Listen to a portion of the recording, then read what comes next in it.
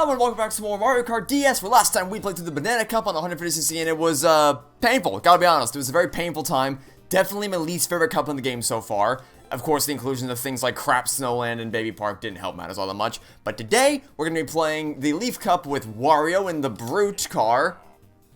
And head to the Leaf Cup, because between episodes I've gone back to finish first place in the Banana Cup. And while I won't say it was easy because Crap Snowland... Actually, I had more problems with Donut Plains than I did with Crap Snowland. Crap Snowland and Baby Park were the easier ones. It was Bowser Castle and Donut Plains that kept screwing me over. But either way, it's done. I've unlocked the Leaf Cup, which means now we're ready to take it on, featuring Koopa Beach 2, Choco Mountain, Luigi Circuit, and Mushroom Bridge. So let's get this show on the road.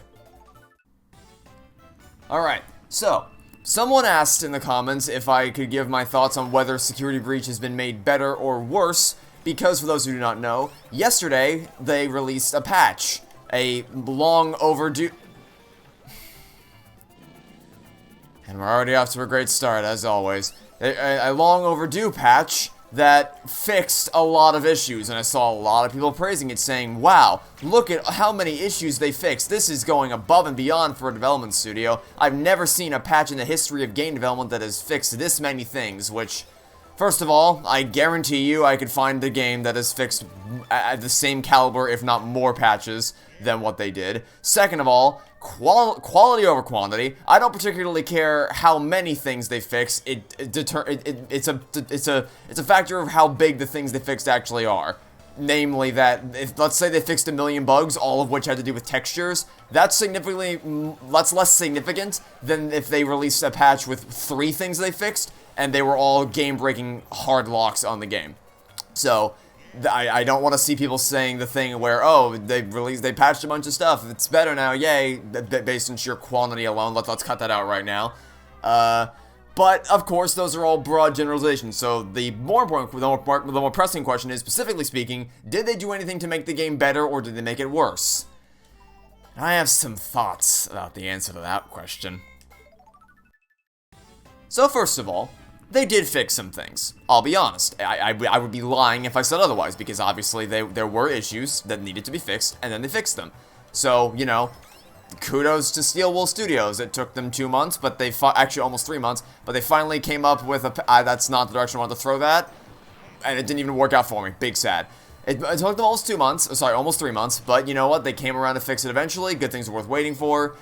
It's fine. Except for the part where almost every single glitch that they fixed was not one of the things that happened to me. Now, there were a couple things, because I read that whole massive patch list they put out to see if anything that I encountered was fixed. And I believe it was a total of around 3 things, give or take, that I actually encountered in my playthrough earlier this year that they fixed.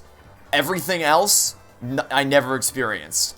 Which is a testament to just how broken the game was and still is. Because that means that there's a whole lot of other issues, and I read that list. There's a lot of egregious soft locks and hard locks that I never experienced in my playthrough that other people were experiencing. So it's like, Jesus, how broken was this game? So, yeah, they did fix some things, but everything that I experienced, or at least almost everything that I experienced in my playthrough that I have on recording, has not been fixed. Meaning, because I was honestly contemplating canceling my video where I was going to go over how just horrible security breaches, or we're not canceling it, but at least making it a story-only video, because the fact of the matter is that no matter how hard you try to patch it, you can't fix the broken story. You can only try to apply large band-aids to the gameplay, but you cannot fix the broken story no matter how hard you try, unless you go to absurd lengths in DLC to try to retcon and recontextualize things. But even then, that's a tall order that I'm not sure anyone can accomplish. But so yeah, I was contemplating changing the way my video was going to be laid out. But then I read the patch list, and I'm like, oh, so you didn't actually fix anything that I brought up in my, well, not brought up, but that I found in my gameplay. Cool. That's good to know. That means that I can still make my video and present at least, let's say like 97% of the evidence I was going to present as to how broken this game is. Because the other thing is that it's not just, like, yes, the game was obviously a broken mess in terms of its core gameplay functionality. Broken mess in terms of there's a lot of things that weren't intended, in that, like, you know, textures disappearing, clipping through the ground, and AI glitching out and things like that. But even beyond that, just in terms of core gameplay functionality, the game's core design was broken. So, no patch was ever going to fix that, and that's going to be a big part of my video. Especially since the most recent patch has, in fact, made it all significantly worse. And I'm going to tell you all about why. Now, of course, I don't want to give too much away, because, of course, I am going to be making a video about this. So I don't want to give away all the things I'm going to be mentioning, because there's a lot of things that I encountered that I have not seen other people bring up in online discourse about this game, so I kind of want to keep those cards close to my chest before my video properly comes out. But I'll give you a little sneak preview. So, for instance, for those of you who don't know how Security Breach works, I envy your existence, but for those who don't know, I'll just give you a brief synopsis of how things work. Once the clock reaches 6 a.m., which is the whole idea of trying to survive until 6 a.m., you have the choice to either stay at the Pizzaplex to complete all the quests you didn't complete, find collectibles, get all the endings, etc., etc. You can leave and get the most anticlimactic ending in the history of endings, or you can click an option that says Vanny, which allows you to go face off against Vanny and get the Vanny ending, which whoop-de-doo. If you choose to stay, or I guess I should say pre-patch, if you chose to stay, you could no longer save the game, which means you had to do everything in one shot or else you would die and reset back to 6 a.m. and lose all your progress. Now, that's obviously atrocious game design, and I would be astounded if I saw anyone defending that, except, oh wait, yes I did. So, the way that players made it manageable is that there was actually a huge oversight where that if you went back to Roxy's Raceway and picked up one of the items you need there for the quest, which is the damaged robot head, like robot driver assistant head, it would trick the game into thinking it was actually 5 a.m. and it would reset the clock back to, well, 5 a.m. and would allow you to go do all the quests you couldn't do previously while being allowed to save the game. So, I don't know if I explained that well. Basically it removes the save thing where you can't save anymore by tricking the game into thinking it's actually earlier than it is, while still allowing you to get all the 6 a.m. endings. So, that's nice. Also, that was a god-tier green shell snipe that wasn't planned at all. So I will happily accept that. But yeah, so that's what people did to get around the atrocious game design. Unfortunately, Steel will fix that, because here's the thing, folks. They may have patched glitches that made the game worse. They also patched glitches that made the game bearable, including that one. Which means that now, you can't save infinitely anymore. But, Steel was like, don't worry, we're here to help you. You can save after 6 a.m. at one specific save station that is nowhere near any of the quests you have to complete after 6 a.m. Because we're Steel Wool Studios, and we hate you.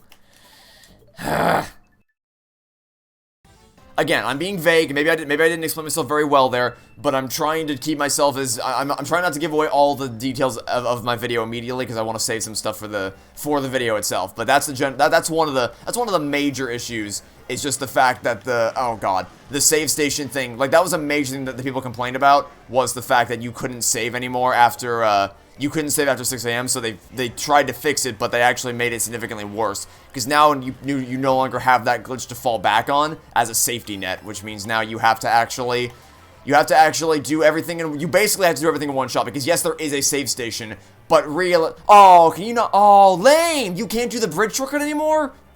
Or maybe you can, but maybe I didn't see it. But I'm pretty sure because in Double Dash you were able to go on the actual arc of the bridge and drive up it, but the gate was blocking me off.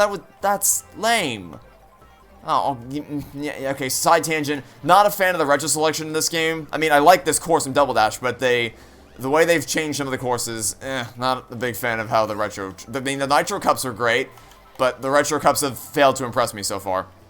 But, side tangent over. So, yeah, you can't fall back on that safety net anymore, which means it just is made even more bearable, because yes, you can technically save officially now. There is one functioning save station after 6 a.m., but realistically, do you really think you're gonna go out of your way to go to that save station when there's quests that are multiple parts long in a certain area of the map, and that area is nowhere near the save station that you're allowed to save at? Like, really, can you honestly truly tell me people are going to want to do that? Because I don't think so for even a second. So, that's just one example. There's also things like they've made the AI stun time even less. They've restricted the amount of times you're even allowed to save in the first place. They've made the cooldown worse. There's just a whole lot of things they've changed that makes the game even more unbearable. But the big thing is that previously in the underground pizzeria simulator area, there were animatronic robots. used to be you just had to hit a bunch of lights and then go downstairs and fight Burn Trap. Now, there's these endoskeletons that are down there trying to kill you, which is really problematic because that area is a very tight linear corridor, and there's a lot of smoke and fog effects everywhere that make it impossible to see them. They weren't functional before. They were not, or maybe they were down there, but they weren't active before the patch. Now, after the patch, they are active and then they're down there, which makes the section damn near impossible. Great! I love this development team. They're so competent. They clearly have so much passion for the franchise. And oh boy, howdy, I can't wait to tear that game to shreds. But for now, we're going to end the video here, and then we'll see you guys tomorrow for the Lightning Cup. So, that'll be it for now. Thanks for watching. Stay tuned for next time. I hope to catch you all tomorrow for the grand finale, actually, of Mario Kart DS. Goodbye.